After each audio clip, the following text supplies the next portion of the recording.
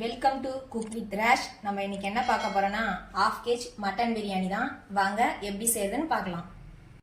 பாத்திரத்தை சூடு பண்ணி 100 ml எண்ணெய் ஊற்றிக்கோங்க.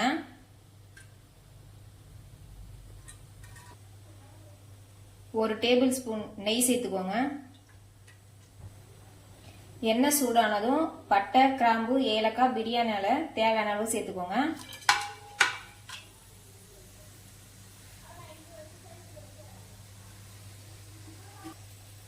நாலு மீடியம் சைஸ் வெங்காயத்தை சேர்த்துக்கோங்க.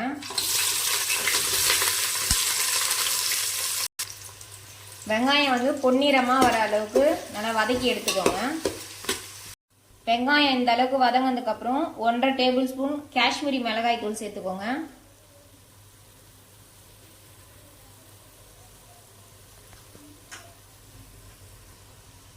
ரெண்டு ஸ்பூன் இஞ்சி பூண்டு பேஸ்ட் சேர்த்துக்கோங்க.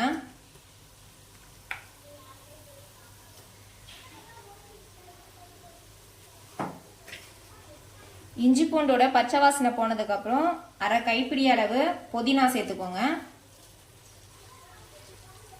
அரை கைப்பிடி அளவு கொத்தமல்லி சேர்த்துக்கோங்க. இதன் கூட 2 பச்சை மிளகாய் சேர்த்துக்கோங்க.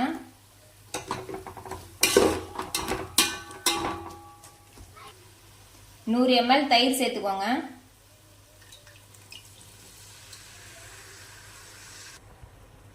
நாலு மீடியம் சைஸ் தக்காளி சேர்த்துக்கோங்க.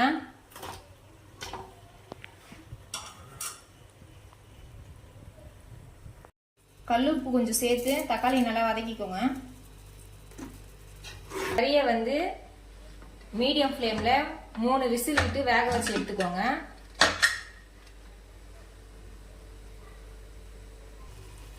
தக்காளி இந்த அளவுக்கு வதங்கினதுக்கு அப்புறம் மட்டனை அதில் சேர்த்துக்கோங்க.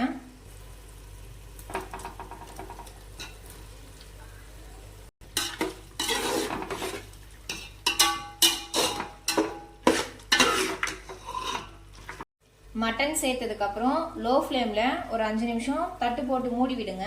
ஏன்னா மசாலாலாம் நல்லா மட்டனுக்குள்ள இறங்கணும், அதுக்காக தான். 5 நிமிஷம் ஆயிடுச்சு.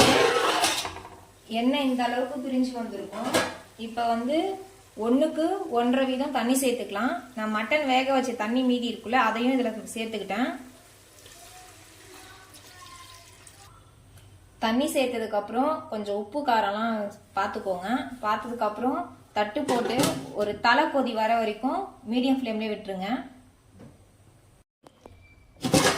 ஒரு கொதி வந்ததுக்கு அப்புறம் 20 நிமிஷத்துக்கு முன்னாடி ஊற வச்சு எடுத்து பாஸ்மதி ரைஸை சேர்த்துக்கோங்க.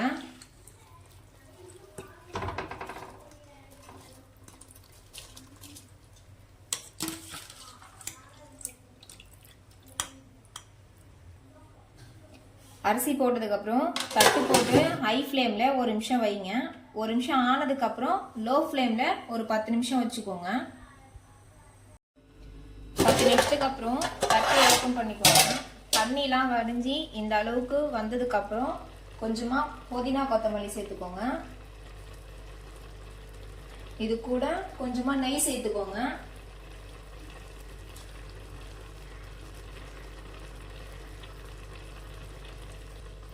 நெய் சேர்த்ததுக்கு அப்புறம் ஒரு தட்டு போட்டு மூடிடுங்க. இந்த மாதிரி பழைய தோசைக்கல் உங்ககிட்ட இருந்துச்சுன்னா அது மேல பிரியாணி பாத்திரத்தை எடுத்து வச்சுக்கோங்க. பிரியாணி பாத்திரத்தை வச்சதுக்கு அப்புறம் மேல வெயிட்டுக்கு ஏதாவது வச்சுக்கோங்க. இதை மீடியம் ஃப்ளேம்ல ஒரு 15 நிமிஷம் அப்படியே விட்டுடுங்க. 15 நிமிஷம் ஆயிடுச்சு. இப்ப ஸ்டவ் ஆஃப் பண்ணிட்டு ஒரு 10 நிமிஷம் அப்படியே தம்லயே விட்டுடுங்க.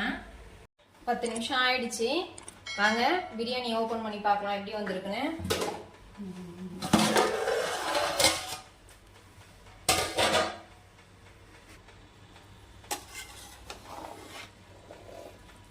பாருங்க பிரியாணி எவ்வளவு அழகா சூப்பரா வந்திருக்கு.